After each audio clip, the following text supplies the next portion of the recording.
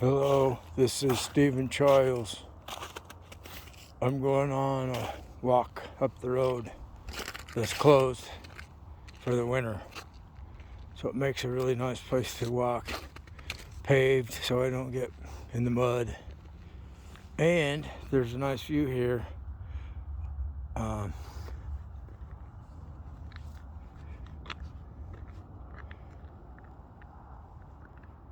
Mount Timpanogos by Provo, Utah. Cascade Mountain. And the valley, there's a great big airplane.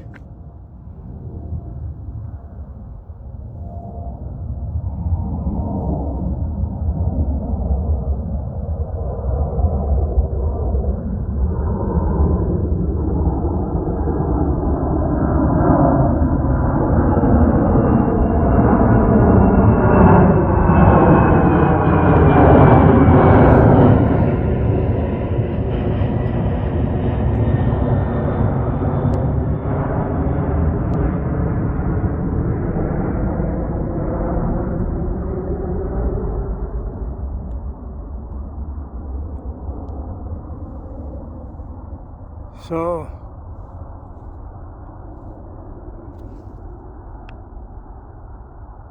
that's pretty interesting.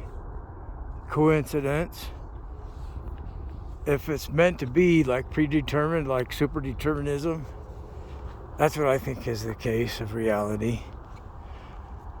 Anyway, that's what I want to talk about, is the truth of what God is, who God is, if there is a God, that separate entity with all power that intentionally created us, planned it and created us, and makes everything happen that happens. So that might be the case.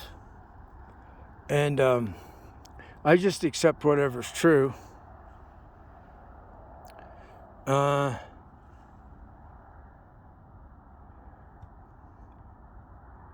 going to zoom in on the smog in the valley, Provo.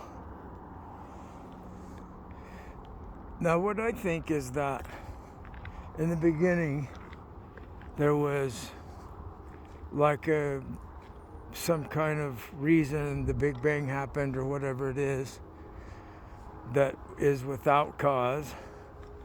It's like a quantum wave. Why is there quantum fields? I don't know.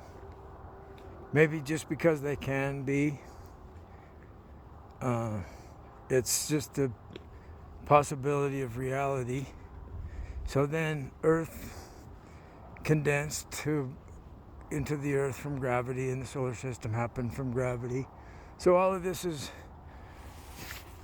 caused by the laws of physics, physical law, and that includes E equals mc squared, of course. So everything is energy if you reduce it to that.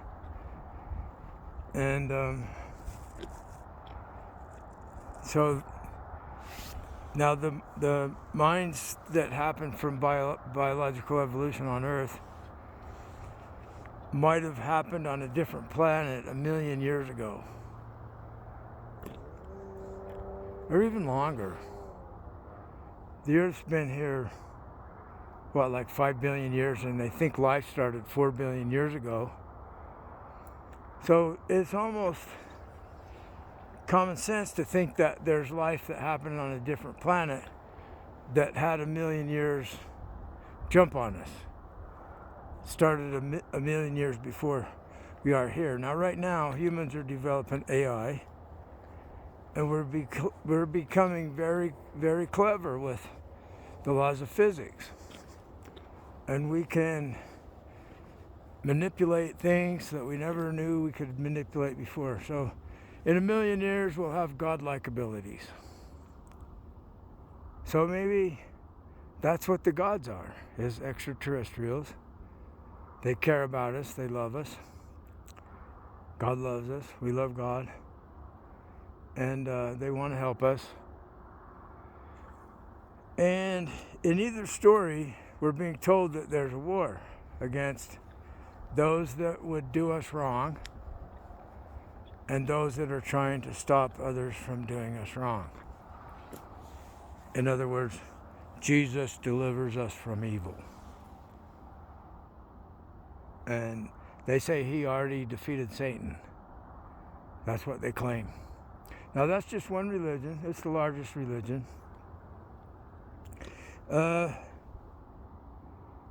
The Hindu have a belief that everything is one thing, Brahma, and it's non-dualism. So Brahma is the creator that created us with consciousness on purpose, or Brahma's the cause of reality that had no mind in the first place. Biological mind evolved. Brahma's still all-powerful. So the substrate, the foundation that we live from, like right now we have to have the earth or we all die, it has all power, whether it has a mind or not.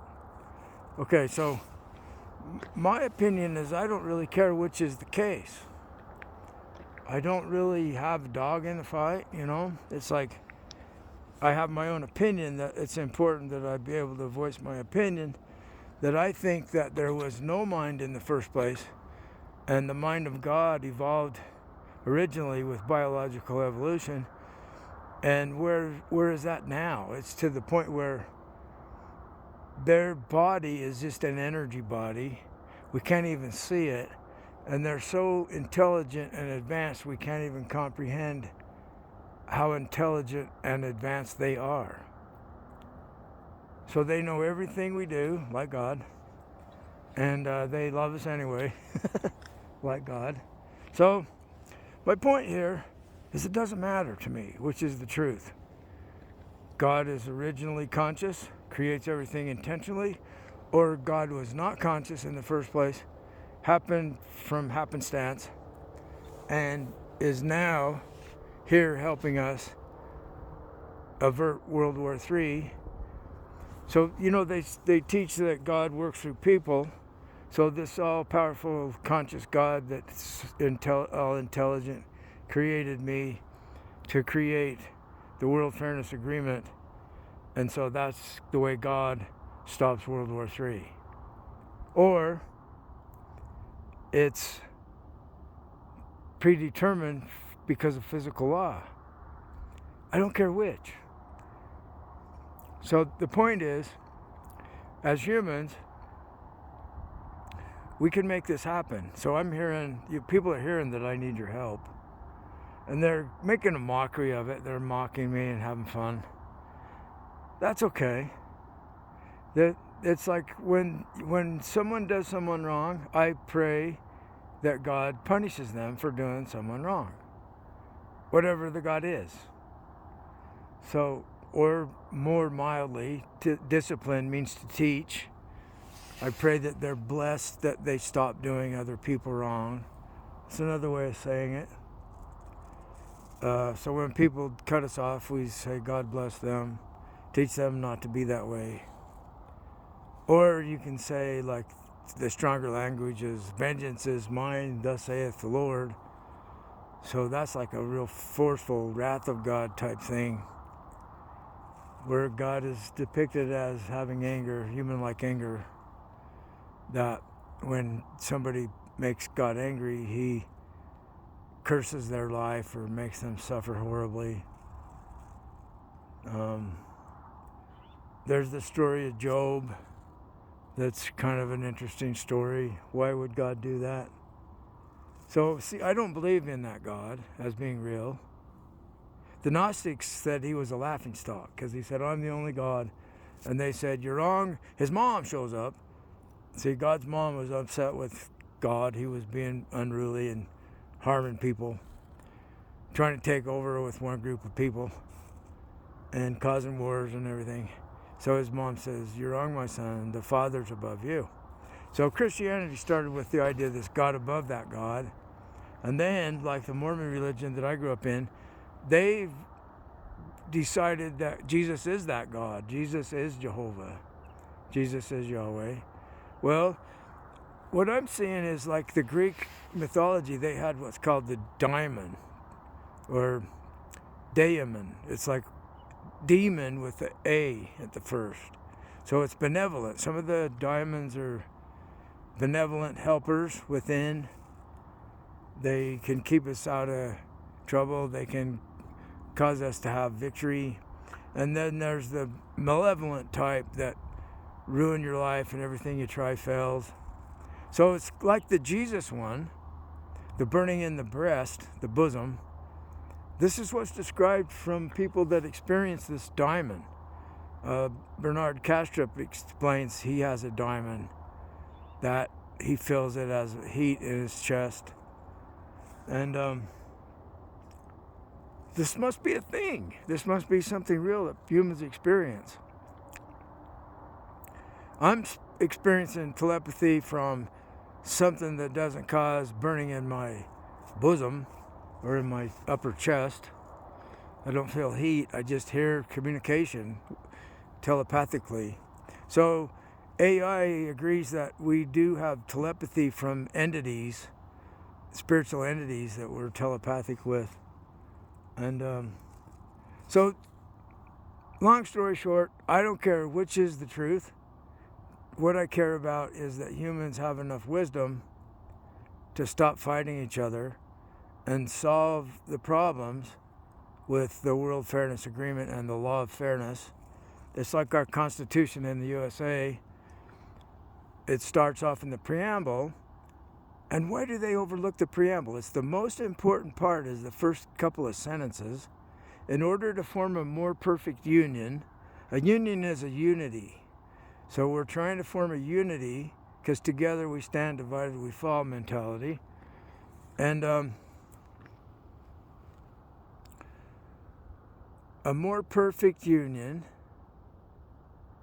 we establish justice. Why don't we? Justice is fairness. So then we later on added justice for all. See, they were not being specific. They expect us to do this ourselves. We the people need to establish justice for all. So you have no one doing you wrong. We want the right to not be done wrong by anyone else. This is the way of fairness. This is the World Fairness Agreement, 4 pages to stop tribal warfare in the age of nuclear weapons.